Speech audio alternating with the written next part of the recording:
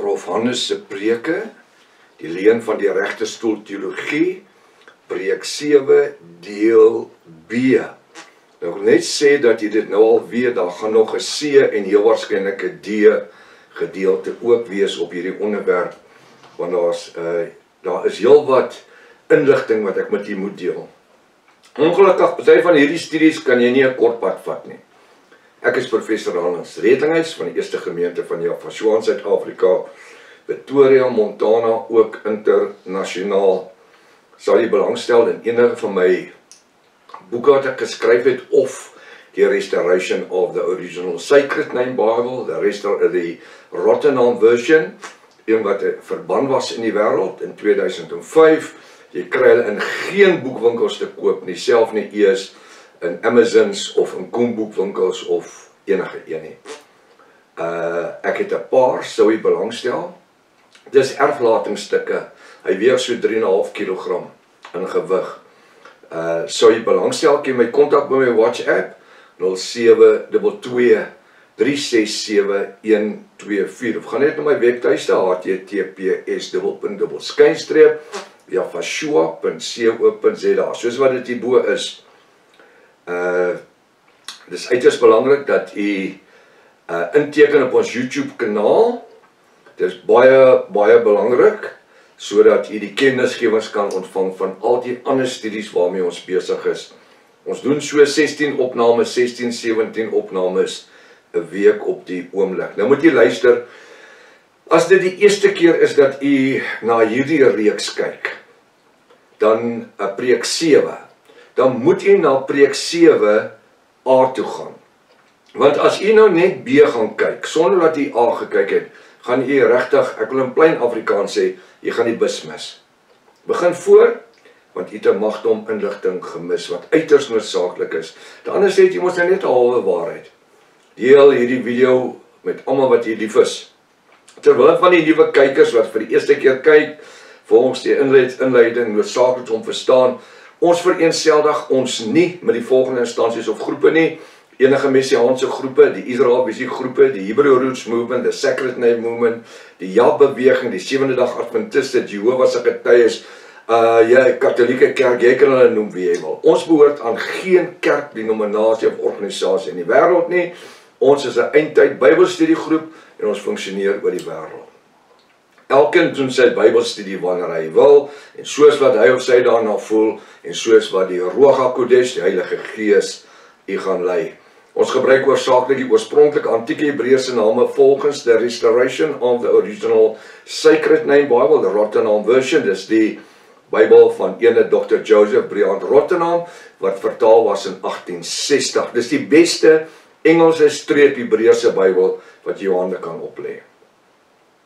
Die naam Here Jesus is in werklikheid Jaffa. Die naam God is in werklikheid Elohim. Die naam Here is in werklikheid Jaffa. Die naam van die Heilige Gees in werklikheid die Ruach HaKodesh. Nou in die loop van die boodskap sal jy sien dat as ek praat van Jaffa, dan sal ek sê Jesus of Jesus Christus. As ek praat van Jaffa, ons Elohim of Jaffa Almagtig, dan sal ek sê die Here. As ek sal sê Elohim, dan sal ek sê God. Of die Heilige Gees, die Ruach HaKodesh, die Heilige Gees. So dit is vir u gerief. So ons vra ook die Jafiste om ons te verdra. Onthou daar was 'n tyd toe u ook nie regtig geweet het nie. Die vorige boodskappe. Die rede dat ek hierdie voorafgaande gedeelte volgens preek 7a met u bespreek het, is omdat ek nie weet watter van die vorige boodskappe u na geluister het in my reeks oor Prof Hannes se preke nie. En as ek net aangaan, gaan u as 'n nuwe kyker verseker nie weet waarvan ons praat nie. Dit is baie belangrik. Van hier af moet u seker maak, en ek gaan dit maar in Engels moet sê, dat jy 'n seatbelt saamgebring het. Dis om te keer dat jy nie uit jou stoel uitval nie, en jy moet vir hom styf vasmaak. Want hierdie skrifgedeeltes gaan sekerlik godsdienstige teologie en dogma geheel en al uit die lig uitskiet. Hier gaan 4 werke wees. Jy kan my glo, ek het die navorsing en die voorbereiding gedoen vir hierdie boodskappe. Dis inligting hierso wat u heel waarskynlik nog nooit eens van gehoor het nie. Al wat jy nou veronderstel is om te doen is om noukeurig elke skrifgedeelte behoorlik te bestudeer. Skryf dit af, bestudeer dit. Baie mense gaan terug en luister die video agterna weer. En dis wanneer hulle 'n studie doen, hulle kan dit nie altyd doen saam met my in die eerste keer as daarna luister nie. Met ander woorde, ek sê, al wat u veronderstel is om te doen, is om noukeurig elke skrifgedeelte behoorlik te bestudeer. En daarom mag ons nie deur dit jaag nie. Ons kan nie deur 'n Bybelstudie nie jaag nie, want dit gaan vorentoe die hele studie lewens, omdat hierdie studie vorentoe heeltemal lewensbelangrik is. En soos u weet, as u my ken, ek gee vir u die linkerkant se inligting, ek gee vir die regterkant se inligting. U besluit wie lieg vir wie. Elkeen sal voor Jahwe Almagtig, dis God, rekenskap gee. Die Bybel sê so. Nou die skrifte wat ek nou met u gaan deel, is almal skrifte wat daarop neerkom, dat ons gaan almal voor die regterstoel van Jahwe of God verskyn. Dit is so, dit staan in die Bybel. Ek kan dit nie wegwens nie, ek kan dit nie wegskryf nie, ek kan dit nie uitkrap nie. Verstaan jy wat ek sê? So wat gaan ek doen? Ek gaan met u daai skrifte hanteer, dat wanneer iemand later met u hierdie skrifte wil behandel of oor dit praat, dan het jy die antwoorde vir dit. Dis die verskil vroeër jare in die kerke. Die pastore en die teoloë en die ouens het nooit vir ons die negatiewe goed gegee nie. Hulle het altyd net die positiewe goed, dit wat hulle wil preek en dit wat hulle kerk wil glo. Maar hulle wil nie die ander goed met ons deel nie.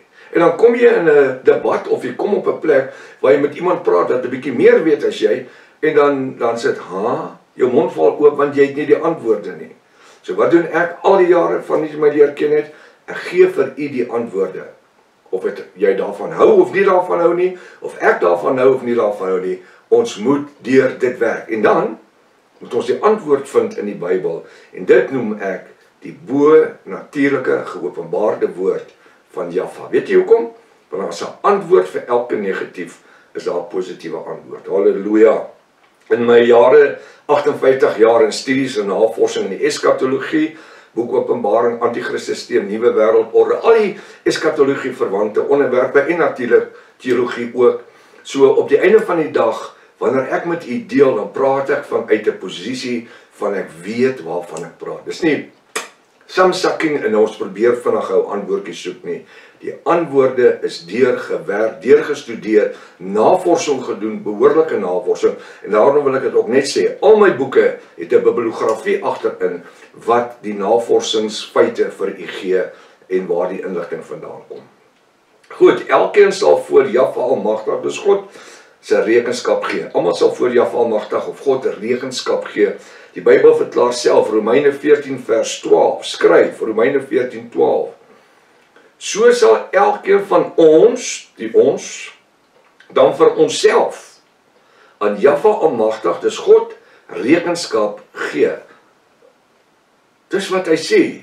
Die algemene godsdienstige siening gedurende die laaste 600 jaar was, dat elke persoon, Christen of sondaar wie sterf, onmiddellik nadat hy gesterf het voor die regterstoel van Jahwe Almagtig, dis God verskyn om veroordeel te word. Wat sê u? Nou, u weet van die vorige boodskap, as jy deel 1 deurgegaan het, of deel A deurgegaan het, ek vra altyd vra. Hoekom? Want ons is mos in 'n Bybelstudie. Ek wil weet wat u sê. En nou het ek uitgevind dat baie mense sit in 'n groep, die man en die vrou en van die groot jong kinders, jong mense of ander mense, en wanneer ek 'n vraag vra, dan stop hulle die video en elke een antwoord wat hy glo. Ek wil dit hê. Praat eers bietjie met mekaar, moenie argumenteer nie. As ek die vraag vra, wat glo u? Stop die video, gesels gou 'n bietjie met mekaar. Soos wat hierdie preek of studie gaan vorder, gaan dit belangrik wees dat u die beeldspraak, luister mooi, die beeldspraak wat gebruik gaan word, sal identifiseer. U tel dit myself op. En die waarde daarvan se besef. Nou is een van die eerste dinge wat ek my studente leer wanneer hulle inskryf in die Bybelskool, wat is beeldspraak? Jy moet beeldspraak kan identifiseer, jy moet dit kan antwoord. En dis waar die kerk in meer as 600 jaar se tyd van protestantisme nooit, ek sê nooit, in my hele lewe het ek nooit pastore gehoor praat oor die beeldspraak in die Bybel nie. En tog is die hele Bybel vol beeldspraak. En dis kom die ouens nie die openbarings ontvang het nie. Maar nou weer, Jaffa sê, ek openbaar my aan wie ek word. Jaffa is God vir u. Soos dat hierdie studie of preek gaan vorder, gaan dit belangrik wees dat u die beeldspraak wat gebruik gaan word, sal identifiseer en die waarde daarvan sal besef. Want dit gaan weer help om te bepaal wie lieg nou weer vir wie. Niemand sterf vir homself nie. Kom nou lees ons Romeine 14 vers 7. Want niemand van ons leef vir homself nie en niemand sterf vir homself nie. Dit is ook baie duidelik. Ons wie deel van die bruid van Jahweh of Jesus Christus is, behoort aan Jahwe Almagtig. Hy sê die Here. Kan ek dit weer lees? Luister mooi. Want niemand van ons, wie hierso sit en luister, leef vir homself of haarself nie. Ek wil ook die dames intrek, en daarom my verdraas ek dan sê sy ook, of hy ook, of leef vir hom of haarself nie. En niemand sterf vir hom of haarself nie. Ons wie deel van die bruid van Jahwe of Jesus Christus is, behoort aan Jahwe Almagtig, dis die Here. Of ons lewe en of ons sterwe. Halleluja. Romeine 8 vers 14. Romeine 8 14. Want as ons lewe, leef ons tot eer van Jahwe Almagtig, dis die Here. En as ons sterwe, sterf ons tot eer van Jahwe Almagtig, dis die Here. Jy sien, u wat gewoond is aan die Here en God, en u begin dit optel, want die woorde, dit raak maklik op die tong, né? Hiervoor het Jahwe, dis Jesus Christus, ook gesterwe en opgestaan. Romeine 14 vers 9. Hy sê, want hiervoor het Jahwe, dis Christus, ook gesterwe en opgestaan. Uit die doderyk het natuurlik, né? Om weer lewend geword, en weer lewend geword, om oor die dode, nou moet jy mooi luister, om oor die dode, die ongoddelike sondige mense, wie in die doderyk in kettinge vasgemaak is. Nou kyk my vingers, hierdie is wat ek inlas, dat u kan verstaan, wat beteken die skrif. En ons het, ek wil dit nie weer sê, maar ons het al duisende oproepe gehad, wat sê, prof, dit werk soos magic, as jy met jou vingers verduidelik, en inlas, laat ons die goed kan verstaan. Weet wat, selfs ons jong kinders verstaan het, en dis wat ek wil hê. Dis hoe ek preek die laaste 40 jaar. Want hiervoor het Jahwe, dis Christus, ook gesterwe en opgestaan, en weer lewend geword om oor die dode, hy sê oor die dode, nou sê ek, die ongeredde sondige mense wie in die doderyk in kettinge vasgemaak is, sowel as oor die lewendige bruid vandag in 2025 te heers. Dis uiters noodsaaklik om nou elke woord waar te neem. Nou wat het ons hierso in vers 9 gesien? Dat wanneer die goddelose sterwe, die woord sê, dat sy siel word in kettinge vasgemaak in die doderyk. Nou wat is dit? Dis beeldspraak. Eerstens is daar nie kettinge in die doderyk nie. Dis asof dit kettinge is. Hoekom? Want jy kan nie 'n gees met 'n ketting vasmaak nie. Dis soos daar in Openbaring 20 vers 2, wanneer hy sê, en die Satan gaan vir 1000 jaar met 'n groot ketting gebind wees. 'n Groot ketting, omdat dit 'n groot Satan is. Hoe groot is hy? Hy is dan gees. Hy is dan 'n gevalle engel. Verstaan jy wat ek nou sê? So hoe maak jy hom met 'n ketting vas en dan nog 'n groot ketting? Hoe groot is die skakelaars? So groot, so groot, so groot, so groot. Jy sien, en wanneer hy sê dat 'n siel word in die doderyk met kettinge vasgemaak. En hy praat ook hiervan van die gevalle engele wat in die doderyk in kettinge vasgemaak word. Dis 'n metafoor. Dis 'n verduideliking. Dat jy kan nie daar uitkom nie. As jy nie doderyk in is, jy's daar om daar te bly tot en met die wit troon oordeel. Dis wat Jahwe se opstanding uit die dode so besonders gemaak het. Halleluja. Nou sê ek net weer die laaste gedeelte. Hy sê, kom ek lees maar die skrif, want hiervoor het Jahwe Christus ook gesterwe en opgestaan en weer lewend geword om die dode, ongeredde sondaars en mense wie in die doderyk en kettinge vasgemaak is. Nou moet jy luister, ek sluit die hakies. Sowel as oor die lewende bruid vandag in 2025 te heers. Terwyl hulle in die doodryk is, die ongoddelikes, wie heers oor hulle? Vader Jahwe. En vandag ons wie bereid is, wat op die aarde beweeg, wie heers oor ons? Jahwe Almagtig. Maar die ou in die dood se heers is tot die vervloeking van die wit troon oordeel. Maar ons wie bereid is, ons is nie vervloek nie, daar's nie 'n wit troon oordeel vir ons nie. Hy heers oor ons in liefde en in medelee en in omgee. Verstaan jy wat ek nou sê? So dit is 'n ander soort heers. Wanneer ek sê ek heers oor my vrou, dan beteken nie ek is haar baas sê en sy sê ja my Heer en soos van Abraham, soos Sarah vir Abraham gesê het nie. Dit beteken net dat ek is die hoof van die huis. Dis al wat dit is. Maar ons neem die besluite saam. Ons doen die dinge saam. Ek sê altyd die vorige gesegde in die jare toe ek 'n kind was die gesegde gewees, agter elke suksesvolle man staan 'n suksesvolle vrou agter jou. Ek sê nee, langs elke suksesvolle man staan 'n suksesvolle vrou. Ek verkies my vrou langs my. Ek soek haar nie agter my nie. Sy moet hier wees. Sy moet hier wees waar ek haar kan sien. Jy sien wat moet wake up wees. Maar hy nie verstaan het. Nee, maar dit is die beste plek om haar te hê. Hier, reg langs jou. Hoekom? Want sy deel in dit wat jy indeel. Jy is die hoof, maar sy is my vernoot. En ek doen basies niks sonder my vrou. Al wat ek doen sonder haar, is wanneer ek vir haar 'n verrassing wil gee. Dis al, né? Dis uiters noodsaaklik om nou elke woord waar te neem. En weet jy wat, u wat vir die eerste keer in hierdie Bybelstudie sit saam met my, dit is hoe dit moet wees. Godsdiens, of om in die Ruach HaKodesh, die Heilige Gees te groei, of in die bonatuurlike geopenbaarde woord te studeer, is nie iets wat ek aanplak, wanneer ek kom sit om studies te doen nie. Dis 'n leefwyse, dis iets wat elke dag is. Die Engelse woord sê, what you see is what you get. Almal sal voor die regterstoel verskyn. Hoor jy hierdie skrifte? Ek doen elke skrif basies onder 'n opskrif, dat jy kan hoor wat dit sê. Almal sal voor die regterstoel. Ek het hierdie skrif al honderde kere gehoor. O, joh.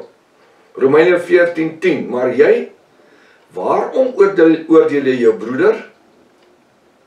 Of jy ook? Waarom verag jy jou broeder? Dan moet jy mooi luister.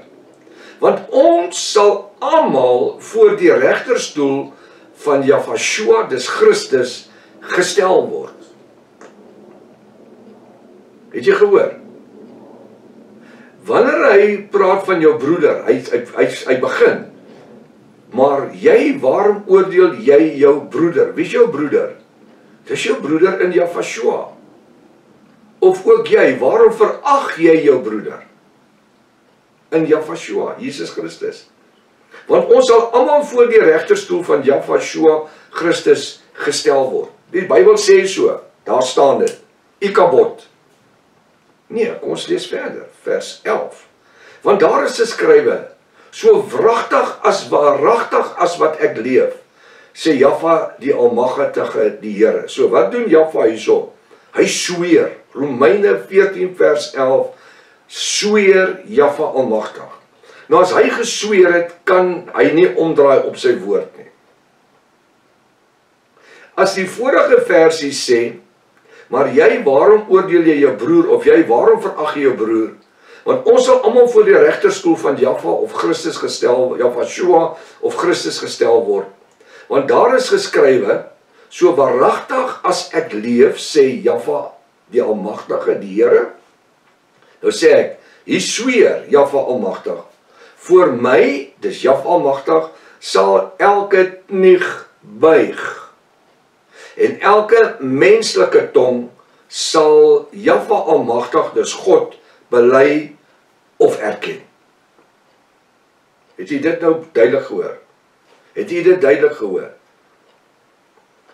Elkeen sal self rekenskap gee.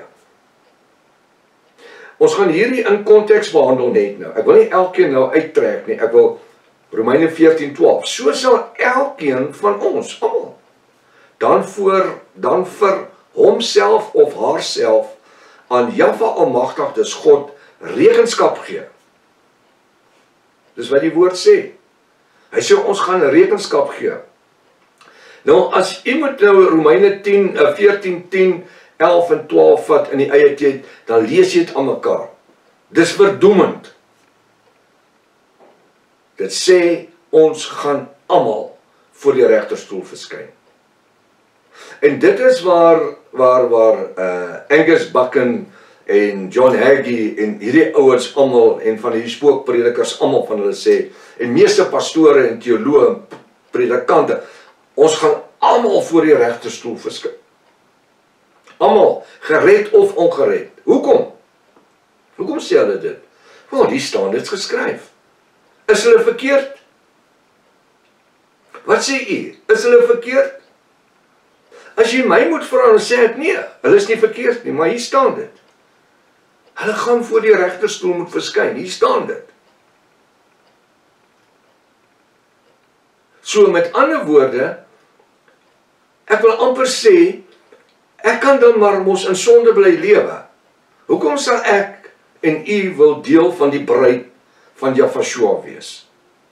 Waarom sal ons wil bekeer, ons laat onderdompel of begrawe in die bonatuurlike naam van Jafashua tot vergifnis van ons sonde en in heiligmaking lewe elke dag?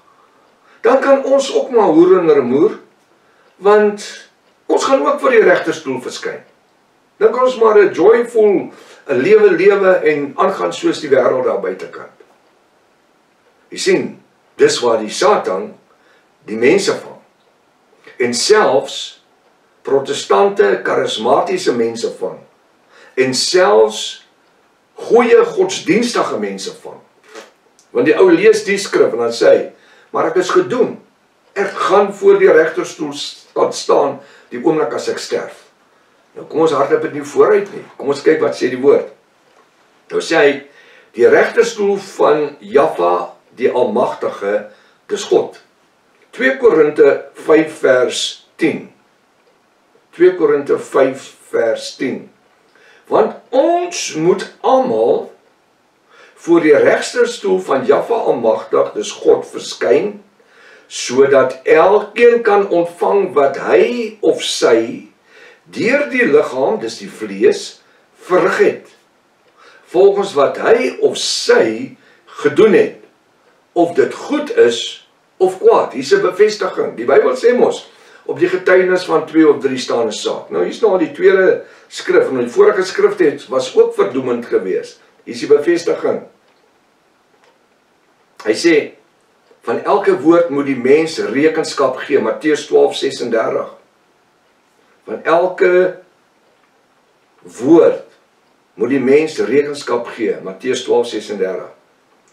Maar ek, apostel Matteus, sê vir julle, naamlik die Israeliete en die Jode en die heidene. Maar ek, apostel Matteus, sê vir julle, naamlik die Israeliete, streep Jode en die heidene, dat van elke ydelle woord wat die mens praat. Nou moet jy kyk wat ek gedoen. Jy moet kyk wat ek gedoen. Ek het in hakkies gaan sit. Ek skets verskoon my, ek is jammer dat nou, nie gesê ongeskik nie, maar ek weet hoe dit nou gebeur het, seker toe ek die lekkertjie in my mond gesit het, want ongelukkig as ek nie 'n lekkertjie in my mond het nie, dan raak my keel baie gou gedroog en dan begin ek hoes. En ek het seker een of ander manier 'n klein haartjie, want hy's nou op die punt van my tong. En weet jy, dis mos die goed wat 'n ou irriteer. Jy kan hom nie kante toe skuif of iets van die aard nie, hy's daar. En dis maar, weet jy wat, dis mos maar menslik. Hy sê, maar ek, apostel Matteus, sê vir julle, nou, met wie praat hy? Met die Israeliete, Jode en die heidene. Luister nou wat sê hy. Dat van elke ydelle woord wat die mense praat, daai verwysings, daarvan moet hulle rekenskap gee in die oordeelsdag. Maar prof, hoekom nie die bruid nie? Gaan die bruid nie rekenskap gee nie? Ek het 'n vraag. Net 'n vraag. Is daar vir die bruid van Jafashua 'n oordeelsdag? Waar ons rekenskap moet gee Of was ons volgens 1 Korinte 15 vers 27 tot 58 verander uit hierdie vleeslike liggaam in 'n verheerlike liggaam, Jafashua tegemoet in die lig? Wat sê u? Ja, by die wederkoms, streep die parousia, was ons verander gewees en ons is weggetrek. So, weer die vraag. Nou lees ek gaan terug, ek lees vers 36, Matteus 12:36, en dan lees ek my vraag aan mekaar, en dan gaan u verstaan wat ek sê. Maar ek, apostel Matteus, sê vir julle, naamlik die Israeliete, die Jode en die ongeredde heidene, dat van elke ydelle woord wat die mens praat, daarvan moet hulle rekenskap gee in die oordeelsdag. Waarop val die klem? Die oordeelsdag. Nou verduidelik ek eintlik, wie gaan in die oordeelsdag verskyn? Net 'n vraag. Is daar vir die bruid van Jafashua of Jesus Christus 'n oordeelsdag? Wat sê u? Is daar 'n oordeelsdag? Nie vir die bruid nie. Want waar ons rekenskap moet gee, of was ons volgens 1 Korinte 15, 27, 58 verander uit hierdie vleeslike liggaam in 'n verheerlikte liggaam? Ja, ons was verander. Wat verklaar Openbaring 20 vers 4? Kan u onthou? Kom dan lees ons dit. Openbaring 20 vers 4 skryf apostel Johannes, hy sê, en ek, dis apostel Johannes, het trone gesien. En hulle het daarop gaan sit. En aan hulle is die oordeel gegee. Het jy dit gehoor? Vir u wat vir die eerste keer hier luister, is dalk die eerste keer dat jy die skrif hoor, Matteus 20 vers 4. Onthou aan die einde van Openbaring 3:22 is die bruid weggetrek met die parousia, die wederkoms van Jafashua. En nou is die bruid in die hemel vir 7 jaar en 105 dae. En dan gaan die slag van Armageddon plaasvind. En dan sien ons by Openbaring 20 vers 11 die wit troon oordeel. Maar ek sien in Openbaring 20 vers 4, en ek, apostel Johannes, het trone gesien, en hulle het daarop gesit. Wie is die hulle? Die bruid wat weggetrek was. Nie die kerk nie, net die bruid. En aan hulle is die oordeel gegee. Wie is dit hierdie? Dis die bruid van Jafashua, of die Here. As dit waar is, hoe word ons dan veroordeel volgens die vorige skrifgedeelte? Die vorige skrifgedeelte het geïnsinueer dat ons moet almal rekenskap gee in die oordeelsdag. Ek wil net vra, hoe is dit moontlik dat ons as bruid eers moet rekenskap gee vir ons lewe in 'n oordeelsdag, en dan gaan ons op die troon sit? Maak dit sin? Nee, 'n stupid ou kan dit verstaan. Dit is onmoontlik. As ons rein genoeg is om uit hierdie liggaam uit verander te word, om opgeruk te word, of weggetrek te word, parousia in die Grieks, by die wederkoms van Jafashua, dan is ek mos nie nodig om eers voor 'n wit troon oordeel te gaan moet staan, en verantwoording te doen van elke woord en daad. Maar ons het vroeër ons nou gehoor, almal moet verantwoording doen, almal gaan voor die regterstoel moet verskyn. Maar nou begin ons verstaan, dat die bruid het nie nodig om voor die regterstoel te verskyn nie. Hoekom nie? Ek vra, wie is dit hierdie? Dis die bruid van Jafashua of die Here? As dit waar is, hoe word ons dan eers veroordeel? Weer eens verwronge godsdienstige teologie van die Rooms-Katolieke Kerk, wat gedurende die laaste 600 jaar in meeste protestante en charismatiese kerke ingevoer is, wat vandag in 2025 as die waarheid verkondig word. En daarom kan jy maar gaan luister, die protestante kerke, die pastore en die ouens in hierdie protestante godsdienststelsels. Ek is nie 'n protestant nie, ek is 'n Jafis. Want die protestante is geskep deur die katolieke as 'n werktuig vir die katolieke. So daarom moet daar veroordeling wees, want die katolieke kerk glo dit. Hoekom? Dat jy sterf, dat jy kan in Hades ingaan, dat jy kan in purgatory ingaan, waar jou familie met geld vir jou betaal, om dit vir jou makliker te maak in die vlamme en swaar vuur. Dis 'n heiligingsvuur.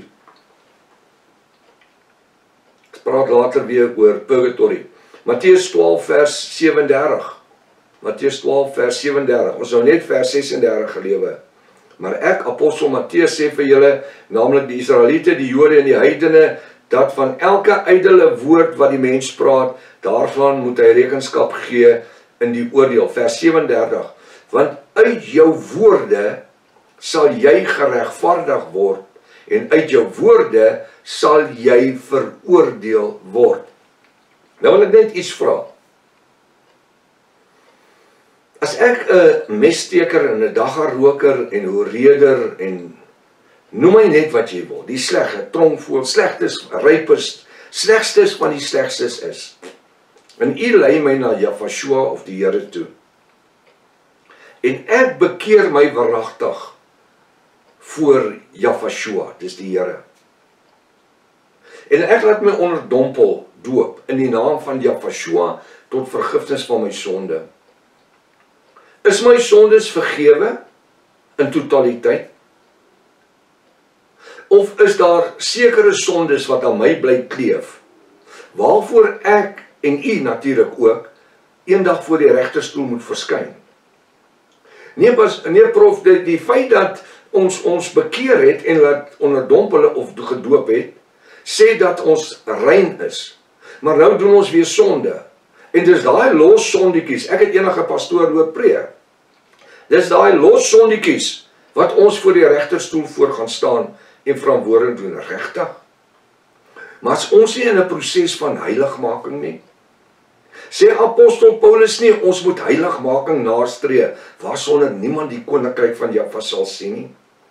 Sê die woord nie dat Jafashua het as die hoëpriester opgevaar in die hemel, nadat die Ou Testamentiese 613 wette weens die swakheid en die nutteloosheid daarvan tot niet gemaak was, Hebreërs 7 vers 18. Hy wat geen sonde geword het, sonde kom word, hy wat die hoëpriester was, het nie Jafashua, het nie eers nodig gehad om vir homself 'n offer te bring, soos Levi se hoëpriesters vir hulle eie sondes nie, want hy het nie sonde gehad het nie.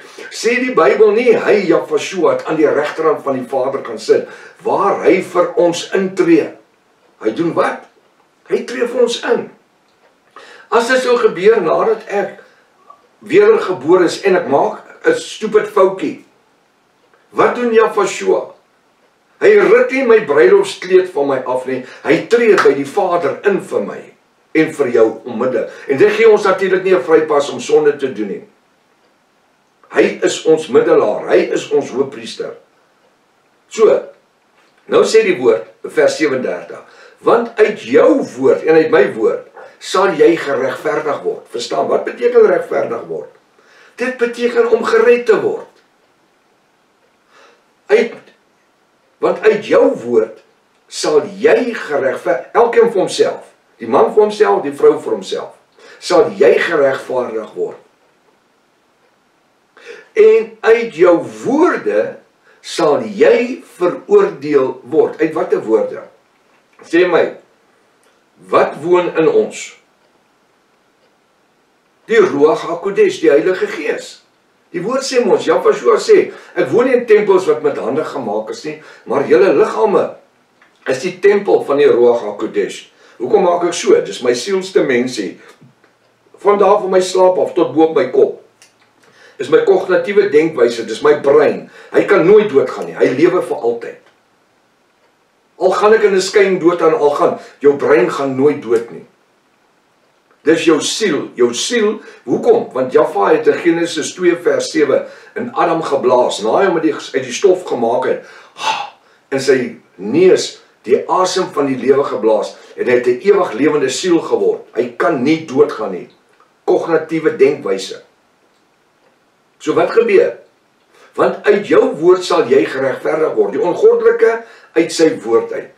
En die Jafiste, of die bruid van Jafashua, waaruit word ons geregverdig? Hy sê nie veroordeel nie, hy sê geregverdig. In guns gestel. Kom ek verduidelik dit. Ek het tot bekering gekom, ek is onderdompel. Daai ou mens van sonde is begrawe. Die woord sê, al was jou sonde soos skarlaken, dit sal wit word soos wol. Al was dit rooi soos purper, word soos sneeu. Hy sê, ek vat jou kleed van sonde en ek werp dit in die diepste van die see en ek dink nooit weer daaraan nie. Hy vergewe my onkondisioneel, onvoorwaardelik. Ek sê altyd vir die ouens, die enigste sonde wat nie vergewe kan word nie, is die sondes wat ek nie bely het nie. Verstaan ek dit? So ek is vergewe, daai ou mens, Hannes Redlinghuis is begrawe, ek is 'n nuwe skepsel, sê die woord. Die ou ding het verbygegaan, alles het nuut geword. Nou, in my proses van heiligmaking, sou ek skeef trap, of, ek hou van die Engelse woord, wat sê stumble, nie val nie. Net struikel is die Afrikaanse woord, net bietjie 'n wobble van, stumble. Onmiddellik is die Ruach daar om te sê, hey, wat maak jy nou? Die Ruach HaKodesh. Onmiddellik spreek die Ruach my aan, want wat doen die Ruach, die Heilige Gees? Wat sy werk? Hy oortuig aangaande sonde en ongeregtigheid. Hy doen wat? Hy oortuig aangaande sonde en ongeregtigheid. En al is jy, het jy tot bekering gekom, en al is jy geonderdompel in die naam van Yahshua, dan is ons is mens. En in die lewensproses wat ons vorentoe stap, is daar 'n moontlikheid dat ons 'n foutjie kan maak. Ons kan in 'n gat trap. Dit kan gebeur. Nou wat doen die Ruach? Onmiddellik kla hy ons aan. Dis nie Satan wat my aankla nie. Ek het altyd gehoor die Satan kla die ouens aan. Dis nie Satan wat jou aankla nie. Dis nie jou gewete wat jou aankla nie. Dis die Ruach HaKodesh. Die Heilige Gees wat in jou is. Want Yahshua sê hy woon in ons. Die Ruach sê, wat beplan jy? Wat het jy nou gemaak? En onmiddellik omdat die Ruach my oortuig van dit wat ek nou foutief gedoen het. Ek wil nie eens die woord sondag gebruik het nie. Want die woord sê die Ruach oortuig aangaande sonde en ongeregtigheid. Onmiddellik forceer dit my om te sê, Vader Yahshua, ek is jammer. Ek roep die genadebloed van jou, onmiddellik. Nie verhaal wanneer ek gaan slaap nie, nou, soos in onmiddellik. En as ek in daardie momentum kan kom, waar ek die stem van die Ruach HaKodesh kan hoor, gaan ek veroorsaak dat daar soveel minder ongelukkigheid oor my pad kom. Weet jy hoekom? Want die woord sê dat Jahwe tigtig diegene wat hy lief het. Hy het nie nodig om my te tigtig om my wake-up te kry nie. Die Ruach het jou reeds gewaarsku. As jy op pad is na daai Paul Klap dans toe, daar in die dorp, op 'n Vrydagmiddag. As jy na die parkering stop, het die Ruach jou 1000 keer al gesê, is jy stupid, wat wil jy nou maak? Jy dobbel met jou ewige lewe. En dan draai jy net daar om en jy ry weg, en dan het jy in die oorwinning in Yahshua, het jy behaal. So, wat doen die Ruach? Die Ruach oortuig aangaande sonde en ongeregtigheid. Luister wat sê die woord. Vers 27, want uit jou woorde sal jy geregverdig word. Uit watter woorde? Uit die woorde wat ek sê, jammer. Sorry Vader, ek is jammer, ek het nou 'n fout gemaak. Of ek is op pad om 'n nee, as jy kan nie om verskoning vra en sê, ek gaan nog steeds dit doen nie. As jy op pad is, laat jy jou remme aan, jy gooi jou brieke aan onmiddellik, want die Ruach kla jou aan. Want uit jou woorde sal jy geregverdig word. En uit jou woorde sal jy veroordeel word. Die ongoddelike word uit sy ongoddelike woordeskat veroordeel. Die regverdige sal nie veroordeel word nie. Hy word geregverdig, want uit jou woorde wat uit jou mond uitkom. Daarom sê die Bybel dat 'n fontein geen nie soet en bitter water nie. 'n boom dra nie goeie en slegte vrugte gelyktydig nie. Dis of een of die ander. Want uit jou woorde wat uit jou mond uitkom, sal jy geregverdig word. Is dit nie wonderlik nie? Nou as ek deur die woord en deur die leiding van die Ruach HaKodesh geregverdig word en deur die bloed van Yahshua, vir wat gaan ek voor 'n regterstoel staan? Ek gaan terug na waar ons begin het vroeër vanaand. Hy het gesê dat in 1 Korinte 15 vers 27:58, in 'n oogwink en 'n oomblik word ek verander uit 'n verganklike en 'n verheerlikte liggaam, Jahweh tegemoet in die lig. Ek gaan op, ek word verander, ek is weg. Ek is, en jy is rein genoeg om deel te wees van die wederkoms of die parousia van Jahweh vir sy bruid. Nou as ek daarbo aankom, nou moet ek want ek is in 'n rein kleed, ek het 'n bruilofskleed aan. Nou moet ek my bruilofskleed uittrek om daar op die kapstok hang, dan trek ek my vuil overall aan, dan staan ek eers voor Vader Jahweh se regterstoel. Nee, die engele sing, engelekore sing. Hy het dit gemaak, sy het dit gemaak, kom in. Wat sê Jahweh? Welkom. Oor min was jy getrou, oor veel gaan ek jou aanstel. Dis nie waar ons eers voor 'n regterstoel gaan staan en belydenis doen nie. So ek hoop dat hierdie skrif gee vir u alreeds 'n bietjie indikasie. Hoekom ek en u nie voor 'n regterstoel verskyn nie, as bruid nie. En dis hoekom dit so noodsaaklik is, dat jy moet seker maak jy is bruid. Jy word nie bruid op 'n ander manier, behalwe wanneer jy die bruilofskleed aantrek nie. En jy kan maar net, en ek quoteer altyd hierdie skrif, Galasië 3 vers 26-29 sê, ons wie in Jahweh geonderdompel is, het ons met Jahweh beklee. Wat beteken dit? Dit sê ek het my vuil overall uitgetrek en ek het my bruilofskleed aangetrek. Die ou mens van sonde, daai vuil overall, hy's in die watergraf. En ek staan op met 'n bruilofskleed. En daardie bruilofskleed is nou my verantwoordelikheid om dit rein te hou die res van my lewe in heiligmaking en nougesetheid te wandel in die woord van Jahweh deur die leiding van die Ruach HaKodesh.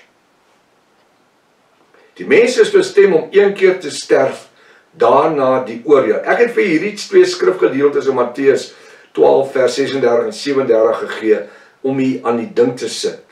Met ander woorde, ek het wanneer jy 'n slang jou byt, dis venom, is gif, dan spuit hulle antivenom in.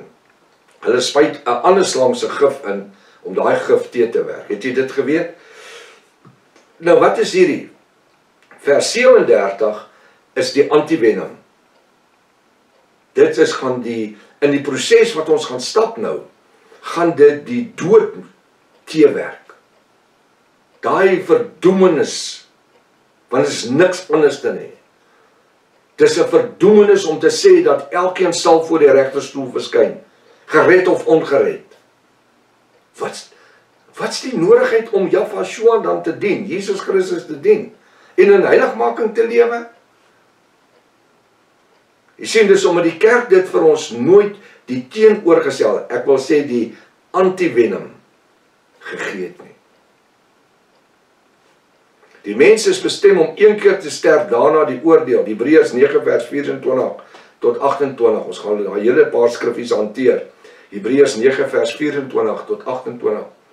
Vers 29 sê, want ek, Jahweh, dis Christus, het nie ingegaan in 'n heiligdom met hande gemaak.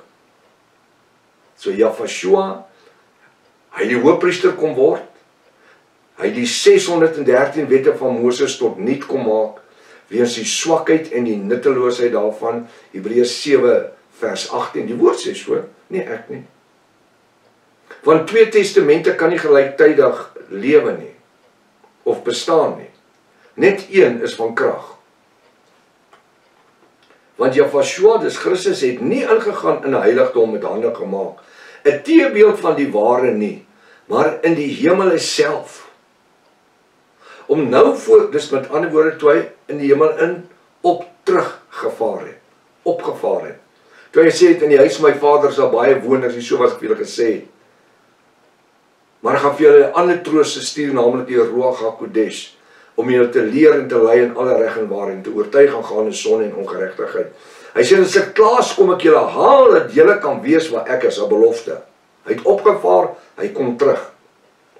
Maar in die hemel is self om nou voor die aangesig van Jahweh die Almagtige, dis God, vir ons, die bruid van Jesus Christus, te verskyn. Hy staan nie daarso om veroordeel te word nie, hy sit aan die regterkant.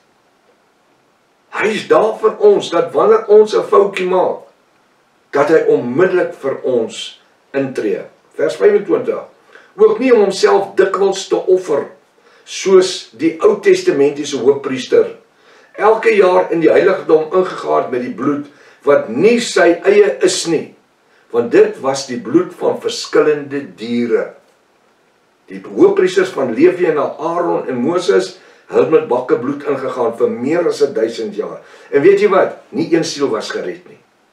Selfs ou Moses, wat een van die grootste leiers in die Bybel was, wat Israel uit Egipte land uitgebring het, na 430 jaar van slawerny, hy het nie eers die beloofde land gemaak nie. Net omdat hy ongehoorsaam was, hy moes met die rots praat, toe gaan slaan hy met die stok. Hy het op die berg gestaan, hy het Kanaan gesien, maar hy het nie ingegaan nie. Nou ek sê altyd, as hy in hierdie tyd gelewe het waarin ons lewe van genade, dan kon hy kon dan ingaan in die beloofde land. As hy net Jahweh gevra het, vergewe my my sondes, ek het 'n fout gemaak. Kyk wat 'n voordeel het ek en u. En dis wat hierdie skrif sê. Dis wat die skrif sê. Ja, die hoofpriesters het ingegaan met die bloed van diere, terwyl daar nie redding, hulle is vergewe. Hulle het vergifnis ontvang, maar hulle het nie in die oorwinning gelewe nie. Vers 26. Want dan moes hy, dis Jahweh, dis Jesus, dikwels gelei het van die grondlegging van die wêreld af, maar het hy, nou dis Jahweh, eenmaal in die volëinding van die eeu verskyn, dit was 2000 jaar gelede, om die sondes deur sy persoonlike offer weg te neem. Van daar af is daar nie meer bokkies en lammetjies en skapies en duwe, of die as van 'n rooi huiverkoei nodig nie. Ek wil tog sê, as jy nou iets interessant wil gaan luister na my preek op YouTube, die leuen van die derde tempel. Dan vat sommer 'n box seatbelts, 'n hele groot kartondoos, sitplek gordels. Maar moet hulle nie by Abdul koop nie. Nie daai wat gereject is nie, koop nuus. Hebreërs 9 vers 27. En net soos die mense bestem is om eenmaal te sterwe, en daarna die oordeel. Daar staan dit, prof, kan jy dan nie Afrikaans lees nie. En net soos die mense, meervoud, bestem is om eenmaal te sterwe, en daarna die oordeel. Nou het vraag en hakies. Die vraag is, watte mense? Die geredde mense, of die ongoddelike mense? Wat sê u? Watte mense? Die geredde mense, en ek wil dit beter stel, die bruid van Jahweh, of die ongoddelike mense? Wat sê u? Natuurlik die ongoddelike mense. Die mense wat bruid is nie bestem om te sterwe nie. Kyk wat sê hy, soos die mens bestem is om eenmaal te sterwe. Ons is bestem om te sterwe. Waarom? As gevolg van die vervloeking of die vloek van Adam en Eva wat hulle oor die mens gebring het toe hulle gesondig het in die tuin van Eden. Hulle die ewige lewe verloor. Maar Jahweh het vir ons teruggegee deurdat hy uit die doderyk het opgestaan het. Hy sê eenmaal te sterwe en daarna die oordeel. So vir wie is dit? Dit is vir die ongoddelike mense. Ons, as ek gesterf het, as ek sou sterf, praat van myself, want ek ken myself, is bestem vir die ewige lewe. Prof, het jy nie sonde gedoen? Nee, ek het groot foute gemaak in my lewe, in die jare. Maar weet jy wat, dit was, Jahweh het in sekere opsigte dit toegelaat, om ou deur 'n pad te vat waar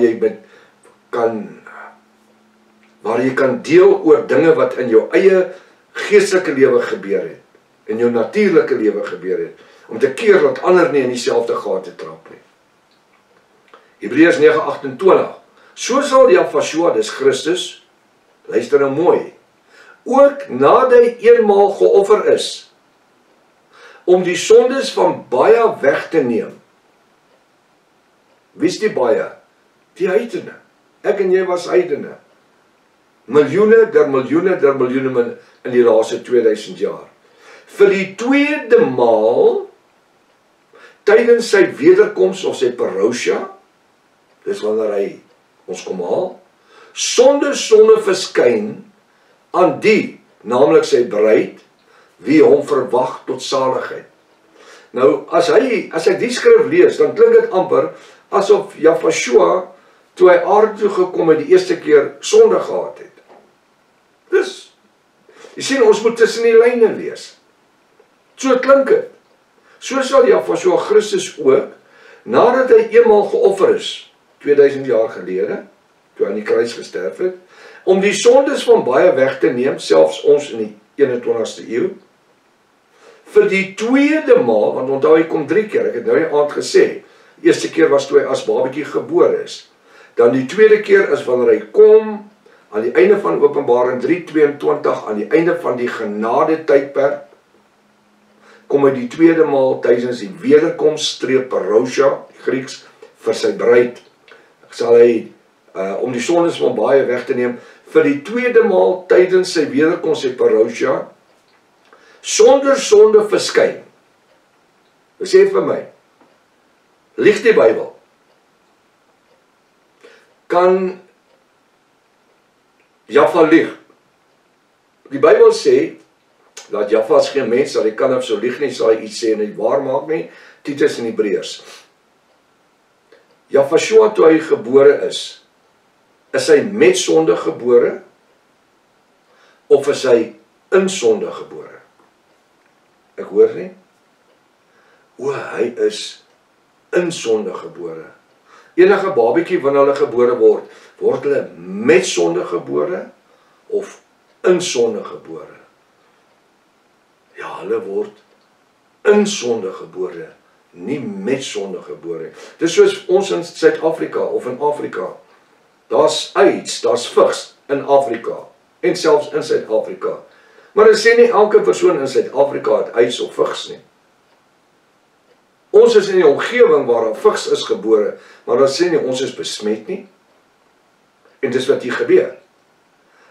As jy dit lees, dan klink dit asof Jafashua sonde gehad het.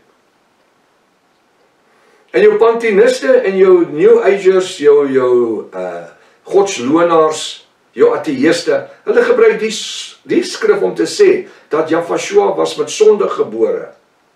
Met sonde, nee. Die Bybel sê, hy het nie sonde gehad nie. Hy het nie sonde geken nie, deurdat hy besmet was nie.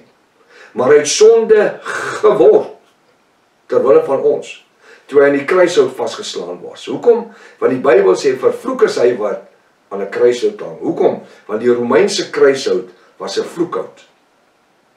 Dis 'n martelstok. Dis 'n ding waarop hulle mense doodgemaak het. Dis 'n vloekhout. En daarom kan jy nie 'n kruis om jou nek dra, of in jou kar hou, of in jou huis nie. Dit trek demone. Die kruisbediening is geskep deur Constantijn, by die Council of Nicene, 325, 327, na Jafashua. Dis waar die kruisbediening vir die eerste keer betekenis gekry het vir die katholieke, toe hulle gesê het, dis die sleutel van Petrus, wat die Vader vir Petrus die sleutel gegee het, om die koninkryk oop te sluit in die hemel en op die aarde. Daar was nooit 'n kruisbediening nie, want die kruis was 'n vloekhout. Dis nie die kruis wat red nie, dis hy wie op die kruis gehang het. Maar weet jy wat, hy hang nie meer aan die kruis nie. Hy woon in ons sielsdimensie. Hy het gesterf en hy het opgestaan, hy het in die hemel en opgevaar, en hy kom terug. Nou sê hy, vir die tweede maal tydens sy wederkoms parousia, sonder sonde verskyn aan die, naamlik sy bruid, wie hom verwag tot saligheid. Wat beteken hy saligheid? Tot redding, verandering. 1 Korinte 15, uit 'n verganklike en 'n verheerlikte liggaam om tegemoet. Nou sê hy vir ons, julle is bestem vir die oordeel. Julle is bestem vir die oordeel. Romeine 14 vers 9. Hy sê, want hiervoor het Jafashua, dis Christus, ook gesterwe en opgestaan, en weer lewend geword, om oor die dode sowel as die lewende te heers. Wat sê hy? En hiervoor het Jafashua, dis Christus, ook gesterf en opgestaan, om weer lewend te word. So hy is nie dood nie, hy lewe. Dis natuurlik die enigste God of Elohim wie uit die doderyk uit opgestaan het. Om oor die dode, dis die ouens wat in die dood vasgevang is in die doderyk, sowel as die lewendes, dis ons, te heers. Heers Jahweh oor my vandag? Natuurlik. Ek funksioneer onder die gesag van Jahweh. Ek funksioneer in elke belofte van Jahweh. U funksioneer onder die gesag en elke belofte van Jahweh. Heers hy oor ons in ons lewens? Natuurlik. Satan heers nie oor my lewe en sy demoniese gevalle engele en in u lewe nie. So wat doen hy? Hy heers oor die dode. Verstaan? Maar hy heers ook oor ons lewe in terme van dat hy vir ons riglyne kom gee waar volgens ons moet lewe. Want hy sê julle sal lewe al het julle ook gesterwe. Hy sê en waar ek heen gaan weet julle. En die plek ken julle. Halleluja. Dis nie 'n verborgenheid nie. Dis oop vir u en my. Nou het die mense die gedagte geskep dat wanneer hulle hierdie gedeelte lees, want hiervoor het Jahweh, dis Christus, ook gesterf en opgestaan en weer lewend geword om oor die dode sowel as die lewende te heers. Met ander woorde, ek gaan eers voor die regterstoel verskyn, want ons het mos nou daai skrifgie in ons koppe, almal sal voor die regterstoel verskyn. Elke knie sal buig en elke tong sal bely dat Jesus die Christus is. Ja. Weet jy wat, ek gaan iets net hierso sê. Ek dink nou net aan daai skrifgie wat ek nou, elke knie sal buig en elke tong sal bely dat Jahweh die meester is. Wanneer ek tot bekering kom, dan buig ek mos my knie voor Jahweh. Ek wag nie vir 'n wit troon oordeel eendag nie. As ek 'n foutjie maak, dan buig ek my knie voor Jahweh en Jahweh. En ek bely hulle. Ek bely hulle. Die ongoddelike gaan voor die troon verskyn en sy knie sal buig en hy sal met sy tong bely dat Jahweh die redder en verlosser was en dat hulle hom gemis het. Niks met die bruid te doen nie. Jy sien, dit is bonatuurlike geopenbaarde woord. Want die woord sê nie vir ons die dinge nie. Ons moet dit tussen die lyne kan lees. Ons gaan by hierdie skrif kom later aan. Maar ek voel op die einde, omdat ons amper op die einde van hierdie sessie is, die B-gedeelte, is dit belangrik om te weet dat die bruid gaan nie eendag in die hemel sy knie voor Jahweh buig nie. En bely dat hy die verlosser en die saligmaker is. Ons het dit mos gedoen, toe ons tot bekering gekom het. En toe is ons nog verder meer geonderdompel in sy naam. Ons het onsself met hom beklee. Nou as ek met hom beklee is en ek het sy naam gevat, wat vat die vrou van die man? Sy vat sy naam, sy van. Vat sy naam. So wanneer ek uit die bad van wedergeboorte opstaan in die naam van Jahweh, wat het ek gevat? Ek het sy naam gevat. Ek is een met hom. Wat sê die Bybel? Ons sal een in die vlees wees, as man en vrou. Wat word ek? Ek word saam met Jahweh een in die vlees en in die Ruach HaKodesh, die gees. Vandag lewe Jahweh nie in die vlees nie, hy lewe in die gees, maar daarom het Vader voorsien dat daar vir ons 'n Ruach HaKodesh is, wat ons leer en lei in alle reg en in waarheid, en ons op die nou pad hou.